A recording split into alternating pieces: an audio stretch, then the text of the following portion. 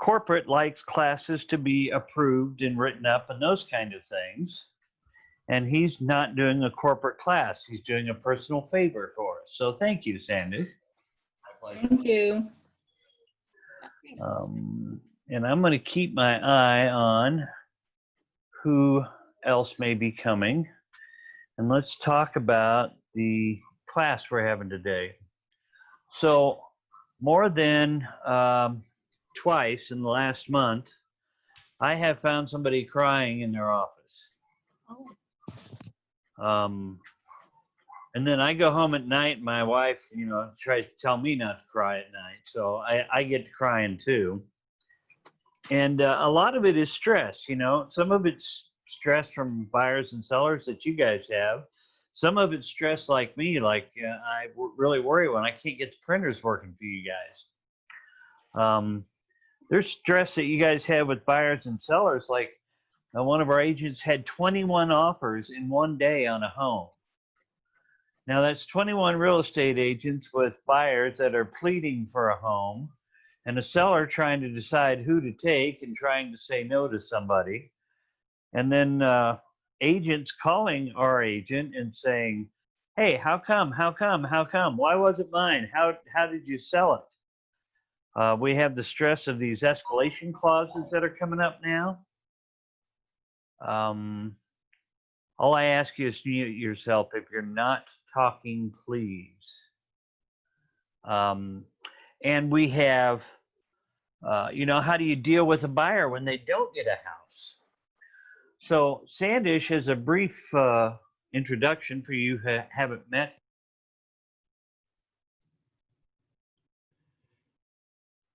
I can hear you. You can hear me? Yeah, right now, yes. All right. So, can hear. Is a trainer for Better Homes and Gardens, Realogy actually, because they're an expansion group now. I'm going through and muting people, so you'll have to unmute yourself when you're ready to talk. And besides being a trainer, he also worked, did you say the Raiders, Sandish? I did, yes. And was that when they were in LA? That was actually when they were in Oakland. Oakland. So they really sucked. Yeah, well, actually, that's the year they went to the Super Bowl, 98, 2000. Oh my. So he worked as a sports psychologist for that team. And you want to talk about stress of being on TV and not performing well and. So we thought maybe he have a few wise words for us, and we'll leave some time for us to ask questions and whatnot. So, Mr. Sandish, do you want to take off or do you want to chat a while? Yeah, let's roll. So first and foremost, Greg, thanks for having me. I appreciate it. As not only are you high maintenance and you ask for so much, but at the end of the day, we are more than happy to provide because the relationships we build with people are really predicated on what's the end game. And the fact that Greg reached out to me because of the fact he was concerned about your well-being says a lot about who he is as an individual, wanting to give back, wanting to provide, and really taking service to a whole nother level. So it's an honor for me to be here. But let me just expand on what you talked about in my former role and why that's helped me in what I'm doing today and why that's applicable to this topic of stress. My responsibility, I used to work in, as Greg mentioned, with the Oakland Raiders. I worked in additional professional sports. My responsibility was when an individual shows up to the facility, this is a person who has a family, who has children, they've got other stresses that are going on. You might not think it because of the fact that you see these lucrative contracts, but they've got financial issues. They have things that are going on that you and I have. It's on a different scale, but they're human. They pull up to the facility and they put on the gear. They put on the armor, if you will. And my job is to mentally prepare them to not be a human, but to be a soldier, and to get them in the mindset to go out and battle. And they're going out there in the gridiron, and they're going up against 300-pound individuals whose main priority is to put them on the ground. And I've got to get them mentally prepared, as Greg mentioned, on national television in front of thousands of people to go out there and perform. They're being criticized, they're being judged, they're being analyzed by every single person that sees them.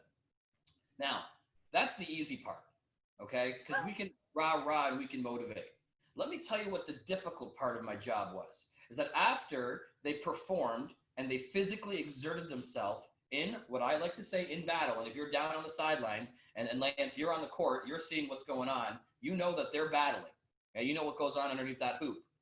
So after the game is over, my job is to communicate with them and get them to de-stress and get them to get out of character and get them to put their mindset leveled to become a human again, to get back into their car and drive home and go back to their families. That's the hardest part of my job. And I truly equate the exact analogy to what we do in real estate.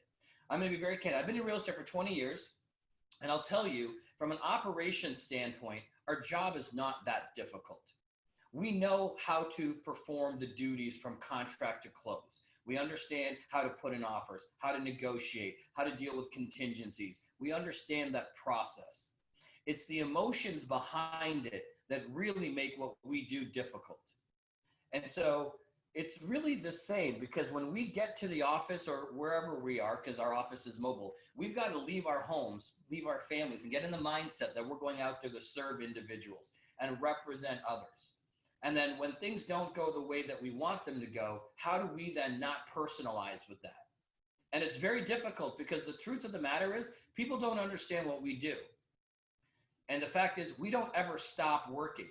And we don't ever stop. We don't punch in and punch out. We don't ever not be licensed. When are you not a licensed realtor in your state? You are 24/7. And so there might be days that you're just stressed out, and you might be in Greg's office crying, whatever it might have happened that day. And you want to check out for the day and go sit at your local establishment and have a drink of choice. And I'm zoned out. I don't want to talk to people. I don't want to talk about real estate. I'm done. I'm sure you've been in that position before, okay? And you sit there and you mind your own business, and you're just sitting there and you're in the zone, and someone sits next to you and you can't help but hear them because our ears are trained to listen. And the conversation goes like this: I'm so excited about the fact that you got your new job. I know this is really amazing. I'm so proud of you, but I don't know what I'm going to do. How am I going to sell my $1 million house? Are you going to sit there and go, well, too bad, I'm checked out right now, so I guess I can't engage myself in this conversation? No, you got to do this. Hey, couldn't help but overhear your conversation, but I'm in real estate. We don't ever get to check out. And that's stressful, and that's difficult. So how do we do that? Well, I think the most important thing we have to understand is we have to remember that we cannot personalize with the operations of real estate. What does that mean? It means we have to, as a representative of the individuals we serve, we have to take the emotions out of it. And what do I mean by take the emotions out of it? How many times have you been in a situation where you're representing a seller and an offer comes in and it's a lowball offer? And you present a lowball offer and your seller doesn't even want to counter. And if they do counter, they're so disgusted, they counter by $3. They make a point to try to say, F you, right? They get pissed off. It's your fault. They're mad at you. They're mad at the buyer, and they don't even want to talk. And your job is to say, look, why are you insulted? They didn't submit the offer with the picture of their middle finger to insult you. It's a number. It's not the right number, but it's the start of a process to negotiate. Remember, you have 3 options. You can accept, reject, or counter. Complaining is not one of the options. You have to take the emotions out of it for your seller. When you have a buyer and they go to put a property in, or an offer on a property, and there's 14 other offers, and they fall in love with something, and then they realize from the lender they can't afford it. You have to let people know that, yes, although this dwelling is where you're going to create memories that will be a part of you forever, at the end of the day, this is bricks and mortar, and it's a shell, and it's an investment, and you have to take the emotions out of it. We have to do this for our sellers and our buyers, and you do a very good job of that. What we don't do a very good job of is taking the emotions away from us. And that's why when you go into a negotiation and you're negotiating with another cooperating broker, you have to remember that when you do negotiate, this isn't a I or a we feel. It's my clients, my buyer, my seller. It's they. I'm not a part of this. Don't put yourself in the position to have those emotions. I want to share something with all of you when it comes to the psychology. So I'm going to share my, oh, hey, Greg, can you make me a co-host so that I can share my screen? You say that like I would know how to do that. All right, click on my name. There's 3 dots to the right. Got it. And you'll see make co-host. Make host. How about make host? Okay. Well, You are good. now host. That's good, because then I can mute you whenever I feel like it. By the way, you use the example of negotiating. I would have used the example of earnest money. Oh my goodness, do people in this town get excited about it's my earnest money, make your client give it back? Yeah. Yeah. And look, again, that's our fault, right? We empower our clients to have control. They don't have control. We are the ones that are in control. They're just a part of the process. So I'll come back to that in a minute. Greg, can you see my screen that says the psychology behind you? Yes, I can. Okay. So let's talk about this for a minute. This is really important. And this is going to really summarize everything that you were talking about, Greg. First and foremost, your consumer, the people that you represent, they have an opinion. And gosh, don't we know that they have an opinion, right? Because remember, they're the ones who are telling you how to do your job. They're the ones who are sitting there late at night at 3 o'clock in the morning on Zillow, on Trulia, finding all these properties. And they're sending you all these properties. And they're like, how come you didn't send me these? I want to go look at these tomorrow at 9 a.m. And you're like, well, it's like tonight at 10 p.m. How am I supposed to figure that one out? But you know what? Because you do everything for your clients and you jump when they say jump, which you shouldn't be doing at all because you're in control. And the answer that you have, the word you have to learn in real estate is this: no. Right? Will you negotiate your commission? No. What else you got to talk about? Can we go see these properties tomorrow? No.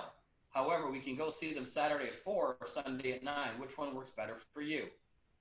Because the reality of it is when do people want to go see properties? When you're not available. So what do? You change your plans for them, and then they call you or better yet, they text you 5 minutes before and say, oh, hey, something came up. We can't make it. Right? And we let them do that over and over and over again. It's real simple. No. Okay? You got to establish your dominance and your control from the very beginning. And if you don't, they're going to take advantage of you. Right? And so your consumer has an opinion. Right? And you have to understand, people don't get real estate. Even though everybody thinks they know about real estate, they think they know everything about what we do, right? They can sit there and they can read what the news says. They have an opinion. They know how the market is. They know everything, okay? But here's the thing. People don't really know what we do. I got interviewed for the newspaper once, and I remember this very vividly, and maybe you can relate to this. And they said, what is it about this business that you love? And I said, well, I love the fact that I'm my own boss. I love the fact that I'm in control of my schedule. So I can be flexible and I can be with my family. I love the fact that I'm in control of how much income I make, which means sky's the limit. Would you guys agree? If you guys know how to work Zoom, click on the thumbs up button. There's a thumbs up button on your screen on the bottom. Thumbs up if you agree that those are some of the reasons why you got into real estate. All right, Erica agrees with me. Lance agrees with me. I appreciate that. Greg agrees with me. Okay, I'm my own boss. Love it. Who doesn't love being their own boss? And flexibility. Who doesn't love that? And income potential. I love that. And then they said to me, "What is it about this business that you don't like? What do you hate about this business?" Was not prepared for that question. So I thought about it for a minute, and I said, "Oh, I know. I hate the fact that I'm my own boss because." Now I'm in control of myself and I have to hold myself accountable. I hate the fact that I have to create my own schedule because we don't have a job description. You never got a job description when you got started. You got to figure it out. And I hate the fact that I'm in control of my income, which means I don't get a salary. Is it not true that what we absolutely love about this job is what we absolutely hate about this job? This is the most schizophrenic industry I've ever met in my entire life. Because one day we're on top of the world. Another day we're digging a hole in the ground, right? So we've got a lot of stress that's behind us. Nobody understands that. Nobody gets that because they think that our job is we get to drive around in nice cars and look at property all day, and we get to go have mimosas on Sundays before our open house. That's what they think we do. In fact, if any of you have a listing right now, I guarantee that your seller has no idea what you do. The only time they think you're working is if you're physically doing an open house or you're bringing a buyer on a showing. Outside of that, they think you're sitting on a beach drinking a beer, right? Why? Because they're watching too many commercials because they have nothing better to do except for find ways to make your life more difficult. That's what they do for a living, okay? So let's talk about the psychology behind you because I know you're in anticipation waiting for what this slide's going to do. The consumer has an opinion. Once you enter their life, you are the stimulus. You as the stimulus create a reaction. That consumer, once they meet you, they have a reaction. Hopefully not that reaction, all right? But what that reaction does is leads to a thought. That consumer has a thought. That thought leads to a feeling. The feeling leads to an action. And that action leads to an outcome. What does this mean? This means that if you create stress and if you allow the negativity to control you and you're not in possessiveness of yourself, that negativity that you bring is going to create a negative reaction for your consumer, which means your consumer is going to have a negative thought, which will lead to a negative feeling, which will lead to a negative action. That negative thought might be, you know what? I don't want to do this anymore. I don't want to buy. I'm just going to rent this time. That negative feeling is they're going to cry. They're going to have emotions. They're going to get stressed out. That negative action is, you know what? I'm not going to call you back. I don't want to do this anymore. Which means that you've shit the bed on the opportunity to capitalize on that situation. So what do we need to do? As soon as stress enters our life, we've got to go back because we are the stimulus. So no matter what a consumer says, no matter what a co-broker says to us, no matter what Greg Fox says to you, it doesn't matter because you have the control to turn that negativity into a positive reaction. And so we have to take control. And I don't care what the situation is, whether or not a deal falls apart, whether or not we have 14 offers on a property, whether or not the financing fell through. We have the ability to quickly, as the stimulus, turn that into a positive. And as a result, we're going to have a positive thought. You know what? We'll try something else. You know what? There's a solution. Let me make a phone call. That positive thought leads to a positive feeling of confidence. We got this. We'll make this happen. Which leads to a positive action, which means you're going to go and set new appointments or find another property. And what ultimately happens is you capitalize on that opportunity in order for you to cash in. This is the basics of psychology that applies to absolutely everything. This is the approach that I took with our athletes. This is the approach that I take with every broker that I work with who deals with recruiting and retention and all of the 14,000 real estate agents at Better Homes and Gardens Real Estate when I train everything that I train on. Because at the end of the day, we cannot put our emotions behind our actions. Because if we do that, we lose control. And we want to make sure that we're constantly in control, okay? And so those are the things that I really want to talk about, Greg. When we talk about personalizing the things that we talk about, is it really does come back to control. And a lot of the times that we get stressed out and people come to your office and cry and they get upset. Look, I'm not gonna take away from the fact that there is a lot of stress involved in our industry. It's not our stress. It's not our stress. We didn't lose the house, right? We're not in a multiple offer situation. Your clients are. Don't personalize with your clients. The last point I'll make, and I'll open it up, is just like when you walk into a listing appointment and your seller goes, we have the best house on the block, and our house is the prettiest house, and it's the most expensive house. And I say, why is that? And they go, because we have custom cabinets, and we have a custom countertop, and we have the best carpet that you can walk on, and we painted the walls ourselves. And I go up to their cabinets and I go, yep, they open and close. Yep, your faucet turns on and off. And yes, your light switch go on and off. I don't see how this is any different than any other house. But they believe that they have the best house on the planet, not just on their street, but on the planet. And then I said, can you help me understand if I've got all the comps that are right here, can you tell me why your house is better than any of these other houses? And when they can't convince me on why their house is better because it's constructed the exact same way, and I don't care what color your walls are or how pretty and how nice your carpet feels when I walk on it when I take my shoes off. So you know what they resort to? And you've heard this before. They go, I'm going to tell you the real secret on why my house is worth everyone else's. You know the neighbors? Did you know that Jimmy made the B soccer team and my son made the A soccer team? I go, oh, that must be exactly why your house is worth more than everybody else's, right? It's because they put the emotions behind it. And you know what our problem is? We let them. So the same way that you walk in and say, Mr. and Mrs. Seller, as much as I appreciate the passion that you have, and you have a lot of love in this home, and I can see that you have take a lot of pride and you've created memories. Take them all down. Take all the stuff off your walls. Take all the stuff, all the magnets of all the places you visited on your fridge. Take them all down because we have to declutter, we have to decompress, and as a result, we want to make sure that we can create a blank canvas for our new buyers. And yes, the house might be sterile. And the reason for that is because I have to take the emotions out of this. This is a real estate transaction. You need to sell, and somebody needs to buy. That's what this is.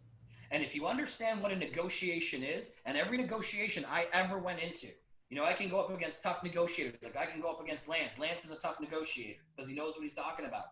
But I would approach Lance the same way I would approach everyone else and say, Lance, before we begin this negotiation, let me preface something. Let's be sure that we understand the end goal. And the end goal is for a win-win. That's what a negotiation is. A negotiation is not a conversation. It's not a debate. It's not an argument. And it's not a discussion.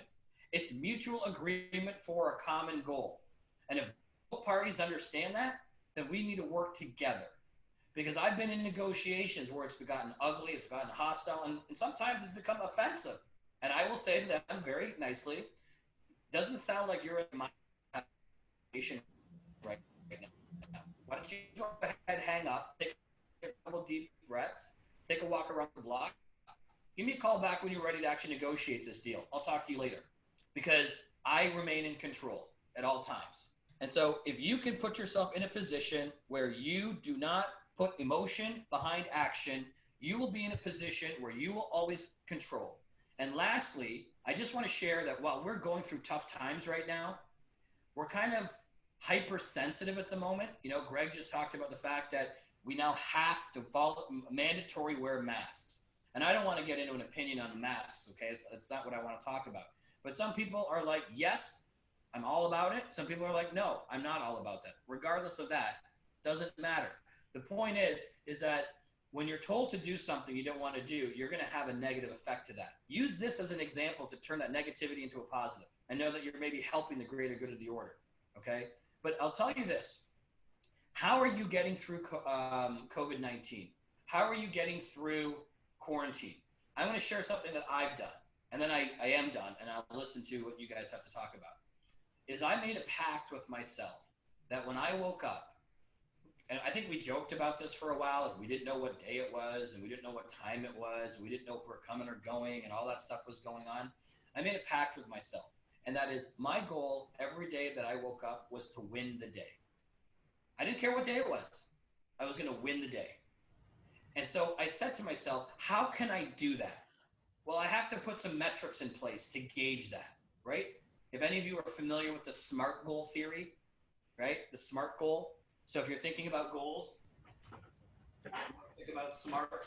And what that stands for is the S stands for specific. You want to set specific goals. The M stands for measurable. You want to be able to measure your goals. The A actually stands for adjustable, not attainable, but adjustable, because you know that your day changes every day, right? The R stands for realistic, and then T stands for time, short-term versus long-term. So I had to put some metrics in place, and I want to share with you what my metrics are. This is how I know that I've won the day. 3 simple things. If I accomplish those 3 things, I'm smiling because I won the day. The first thing, I want to learn something new. Real simple. I want to learn something new. The second thing, I want to impact one person. One person. I want to impact one person. And third, I want to smile and have fun. If I can do those three things, I've won the day. How did I get through quarantine? I've won every single day. So I ask you, have you won the day? So Greg, I'm going to kind of turn it over to you. And if anyone has questions, it's about winning the day, but it's about you being the stimulus in people's lives and you turning that negative into a positive. Well, I'm going to just throw out a couple of things, and then I'm going to let everybody unmute or ask questions in the chat box. I see we have some already. One thing I've always thought is that too often in real estate, what makes us great real estate agents when we're looking for the house is our emotional plug-ins to people. What makes us lousy real estate agents after the contract is our emotional plug-ins to people. We have to learn to have some distance there. And I think of it like a surgeon. I want a surgeon to walk into my bed and be the nicest guy and hold my hand and pat me on while I'm in the bed. But when he's in the operating room and an emergency happens, I don't want him falling apart and crying in the corner. I want him to be laser focused on saving my life. And at that point, he's got a lot of stress, but he controls it so the outcome comes out. So that plugs in, and Sandesh, you are perfect on that. Let's see. Lance said he's had a lot of clients that he thinks that says they are too busy for him. To me, that means they're unmotivated. You got any input on that, Sandesh? Yeah, I think it's real simple. First and foremost, before I answer that question, has any of you ever fired a client before? Because that's the most empowering thing you could possibly ever do. All right. Mm-hmm. Not everybody deserves to work with you. One of the things that I think all of you need to understand is that when you talk to someone, when you pre-qualify them, the first thing you should say is, I'd like to set up an appointment with you and have a discussion. It's going to be 20 minutes. Are you free on Thursday at 4 o'clock or Friday at 9 a.m.? And the premise of that conversation is to determine whether or not you and your property qualify to be a Better Homes and Gardens listing, and whether or not we are going to be able to work together. And if you're not setting that premise from the very beginning, and the fact that I don't have to work with you, I have a choice. You see, we have to go into this business with the mindset, you need me, I don't need you. Because if we don't do that, we go into this business out of fear and desperation, and we're chasing deals. We need to go in with the fact that you need me, I don't need you. And then we go in with hope and optimism, and then we're in control. So at the end of the day, if somebody says, I'm too busy, then my response is very simple. Well, then if you're too busy, then you're not ready. And as a result, you haven't set goals yet. So why don't you go set some goals? Why don't you determine what's important to you? Why don't you find out when you're not too busy? Because here's the thing, I'm busy as well. So I'm available Saturday at 9 or Sunday at 4. Let me know by tomorrow if you can make one of those things to work. If not, I will fill those spots. Because the one thing I will tell you, Mr. and Mrs.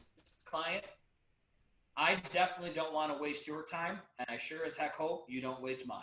It's simple.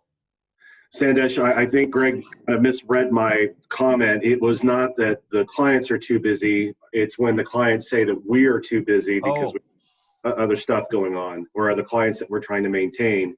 So I'm looking for what type of dialogue we can have with our clients in setting them up for that, so it doesn't become an issue as you're working with them.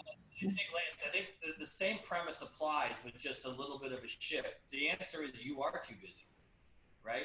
However, you're not too busy to service your clients. And as a result, if we can set up an expectation of what your goals are, and if I understand them, then I'm never too busy for you. Because I, as an organized professional real estate agent, my job is to service my clients, which means we have to dedicate time. But I'm going to be effective with my time. And so because I am working with other clients, I am organized, and I have to make sure that we schedule.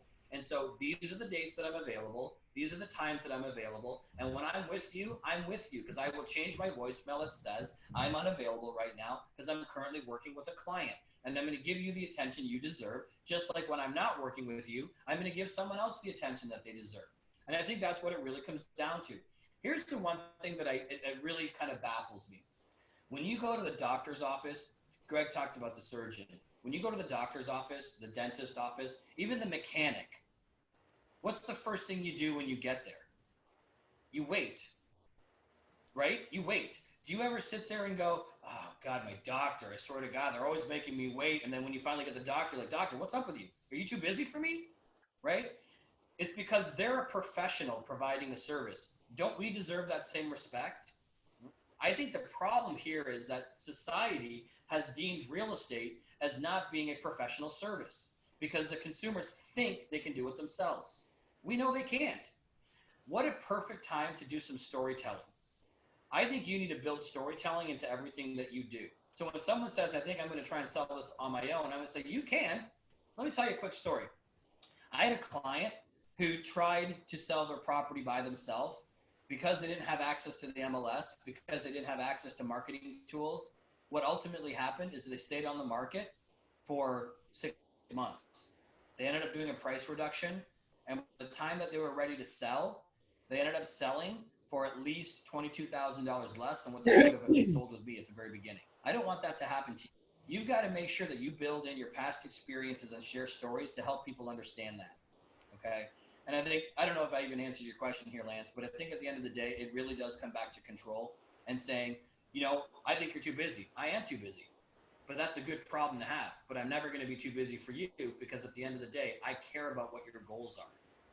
And if you don't know what your goals are, I can't meet those goals. So if you figure out what those goals are and we work together, then we'll work together to make this happen. I also liked what Cheryl said, if I didn't misread it since I don't have my glasses. Sorry, Lance. Cheryl said she's never worked this hard for buyers since the internet. And I think that's a great comment. We can all say, oh, yeah, yeah. But here's something I would like you to remember. While you're working this hard, this is a great time to write down all that stuff that you're working so hard on, because of all the articles that are being written about, hey, really, we don't need buyer's agents anymore. It's all on the internet. They can find it on their own. Why are we getting paid this much? But we're working harder than we ever have. Can you justify what you do? Yeah, and look, I think you're right. And I think that comes down to one specific thing, and that's education. Okay? Let's be honest, folks. Do we really need realtors? And look, I know this is being recorded, so don't ever share this. To be honest, the truth is, do people really need us? Are we a needed profession? Not really. Could someone sell on their own? Yeah. Could someone buy on their own? Yeah. But why don't they? Because at the end of the day, they don't have the knowledge. They don't understand the ethics behind it because they're not licensed. They don't have the time to do it, right? And this is what we do for a living from a professional standpoint, because people will pay for service. It's the same reason why you go to your favorite restaurant, even though you make a reservation. Again, are you willing to wait for your table? You have an option. You can turn around and go to McDonald's, or you can wait for that meal that you have been thinking about all day because it's a favorite place. And as a result, you're going to wait. So I think at the end of the day is we have to make sure people understand that this is a privilege. And as a result, working with me, you're going to get all of the things that you've ever dreamed of. And it's worth it. It's worth it to you. And this comes down to education, because I get told how to do my job pretty much every day from people that are not in real estate. And so that's not going to change. And to Cheryl's point, you're darn right that you're going to be working harder than ever, because people have had a lot of time to think. They've had a lot of time to sort of make decisions. That's why you've got to be that positive person to go into the situation where you are in control. And so that's what it really comes down to. Again, is control. I think Sandish will stay on a while longer if you like. I'm going to quit reading questions unless you guys want to type in more, or you want to unmute and ask him some more. He's a pretty smart fellow. Don't everybody jump at once. Greg, I just posted, put something on text. I think one of the issues that we run into with this company is the collective of agents that we have here. I can't think of one of them that doesn't truly care so much about our clients. And to the point that we wear our emotions on our sleeves.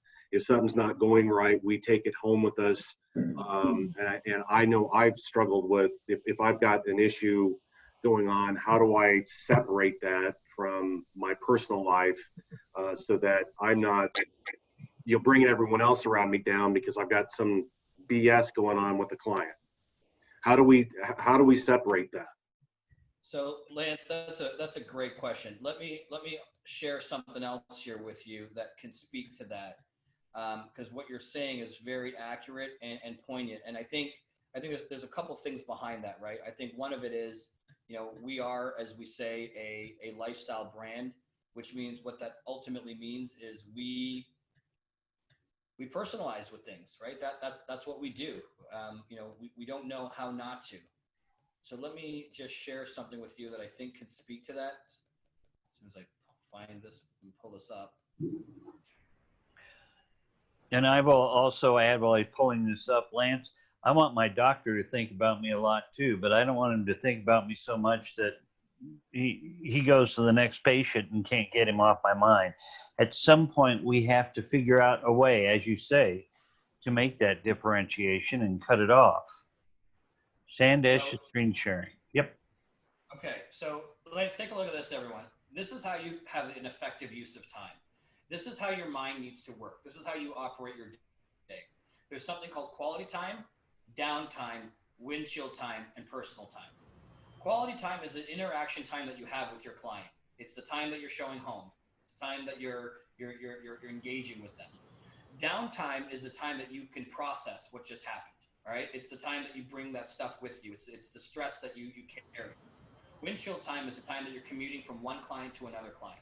That's where you have to do that shift. As Greg mentioned, I want to think about you, but when I'm now with Greg, I don't want to be thinking about the past client that I was working with. I want to think about Greg. So windshield time is the time that you transition.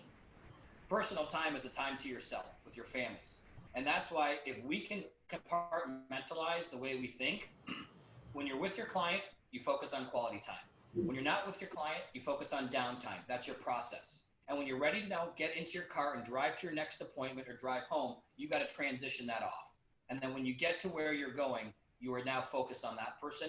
And more importantly, when you get home, spend time with yourself. So it's a lot easier said than done, but you have to practice it. Your brain is a muscle. And if any of you have done anything with physical exertion, you know that when you work out, it hurts and you're sore. That's how your brain works. Because when you think too hard, right, your brain hurts. That's why you get headaches. And at the end of the day, you got to compartmentalize so that you know that when you're done with that client and you've processed that, you put that away and you put that in that compartment and you transition it. And so no one's saying that we don't want you to care, because we do care and we do love our people that we're around. And this brand has taught me more than ever that real estate is more than just contracts. It is about relationships and it's about people. But even still, you've got to turn that off because you're the conduit to making everything happen. And that's why people are hiring you. People are not hiring you because you know how to show a property. People are not hiring you because you know how to fill out a contract. People are hiring you because you know how to stay in control. You know how to focus on what's best and what's important to them. You understand quality time. You understand downtime. You know how to use windshield time, and you know how to take personal time. And that's the reason why people hire you. And I think some of us could even almost get to the point where say, I feel guilty because I'm not caring about this client enough. And I think the point is by compartmentalizing, you can turn that guilt down. It shouldn't be guilty because you need to concentrate on the next client just as much. Do we have more questions? Well, you guys are being easy on him. Okay, we've been on for I kept him here 11 minutes after I promised him he could go. I'm going to stop recording, I think.